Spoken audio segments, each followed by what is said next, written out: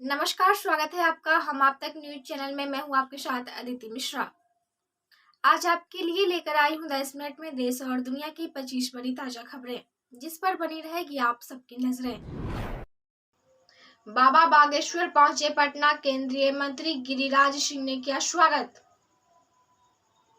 बाबा बागेश्वर धीरेन्द्र शास्त्री का पटना में आगमन हो गया है। कल सुबह 8 बजे बाबा बागेश्वर पटना एयरपोर्ट पर पहुंचे, जहां केंद्रीय मंत्री गिरिराज सिंह ने बीजेपी सांसद रामकृपाल यादव, बीजेपी सांसद मनोज तिवारी ने उनका स्वागत किया। कर्नाटक चुनाव में जीत पर पीएम मोदी ने कांग्रेस को दी बधाई, बीजेपी कार्यकर्ताओं की मेहनत को भी सराहा। पीएम नरेंद्र मोदी ने कर्नाटक चुनाव के नतीजों के बाद ट्विटर पर कहा कि कर्नाटक विधानसभा चुनाव में जीत के लिए कांग्रेस पार्टी को बधाई देता हूं।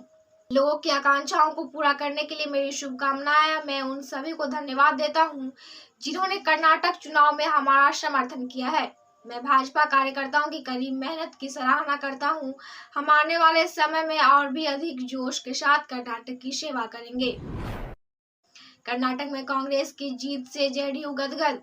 नीतीश के मंत्री बोले 2024 में बीजेपी का सफाया तय है।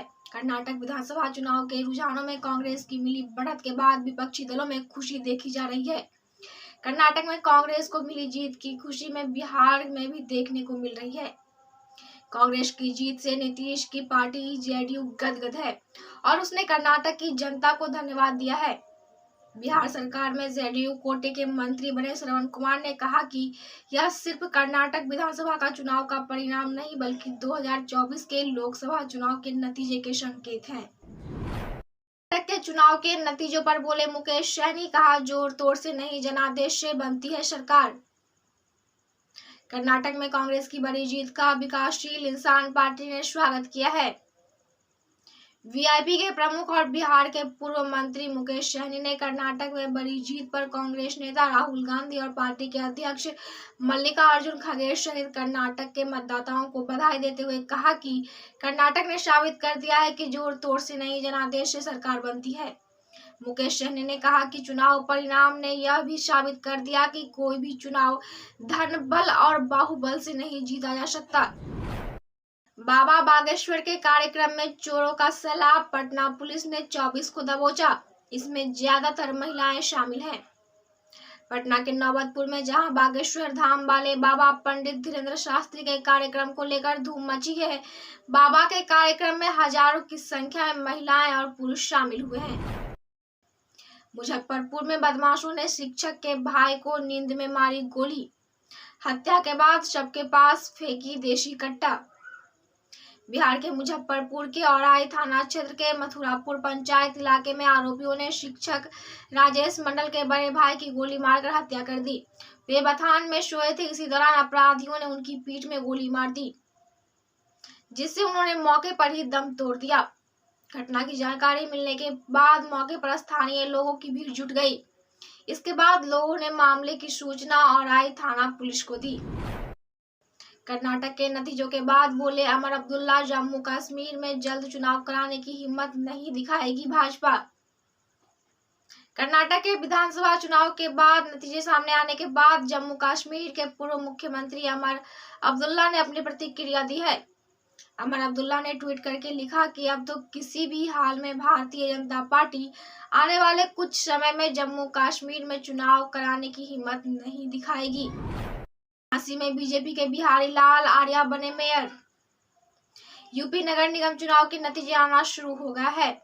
यूपी के झांसी से बीजेपी के बिहारी लाल आर्या चुनाव जीत चुके हैं। वहीं पूरे यूपी की सभी 17 सीटों पर बीजेपी बढ़त बनाई हुई है। समाजवादी पार्टी के राष्ट्रीय अध्यक्ष अखिलेश यादव ने कहा चुनाव में सपा की दुर्गति पर चिंता जताने के बजाय कर्नाटक में कांग्रेस के प्रदर्शन पर खुश है। इसको लेकर शनिवार को उन्होंने ट्वीट भी किया और भाजपा की जमकर आलोचना की, जिसके बाद यूपी के उप मुख्यमंत्री केशव प्रसाद मौर्य ने उनकी चुटकी भी ली है। पटना पुलिस को मिली बड़ी सफलता, महज 12 घंटे में किया घटना का खुलासा। पटना के कंकड़बाग थाने की पुलिस ने महज 12 घंटे के अंदर घटना का खुलासा करते हुए आरोपी को गिरफ्तार किया है। आरोपी ने प्रेम प्रसंग में नाबालिग को गोली मार दी थी। औरंगाबाद के NH 19 पर सड़क हादसा, तेज रफ्तार स्कॉर्पियो की टक्कर से महिला की हुई मौत। औरंगाबाद के NH पर सड़क हादसा हुआ है। यहां तेज रफ्तार स्कॉर्पियो की टक्कर से बुजुर्ग महिला की मौत हो गई। मदनपुर थाना क्षेत्र में शनिवार की दोपहर नेशनल हाईवे 19 पर घोघर मोड़ के समीप तेज रफ्तार स्कॉर्पियो की टक्कर से 65 वर्षीय वृद्ध महिला की मौत हो गई। मृतक महिला की पहचान मदनपुर प्रखंड के सलैया थाना क्षेत्र के रूनिया गांव निवासी गुप्ता सिंह की पत्नी रामती देवी के रूप में हुई है। बिहार शरीफ मंडल कारा में बंद एक कैदी की मौत। नालंदा के बिहार शरीफ मंडल कारा में बंद एक कैदी की मौत हो गई है। मौत की गुत्थी सुलझाने में पुलिस जुटी हुई है। कैदी के शरीर पर जख्मों के निशान मिले हैं। नालंदा में किशोर की मौत के बाद हुआ बवाल। नालंदा में एक किशोरी की मौत के बाद बवाल मच गया। कुछ मंचलों ने कुछ दिन पहले हिलासा थाना क्षेत्र के भटभीघा निवासी एक किशोरी छात्रा के बीच रास्ते पर छेड़खानी की थी।